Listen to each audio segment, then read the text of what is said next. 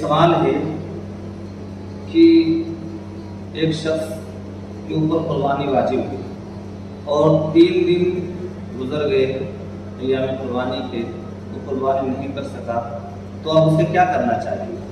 जवाब इसका ये है कि जिस शख्स पर कुर्बानी वाजिब हो और वो कुर्बानी के अय्याम में जानवर ज़बह न कर सके तो अब उसे क़ज़ा करना है।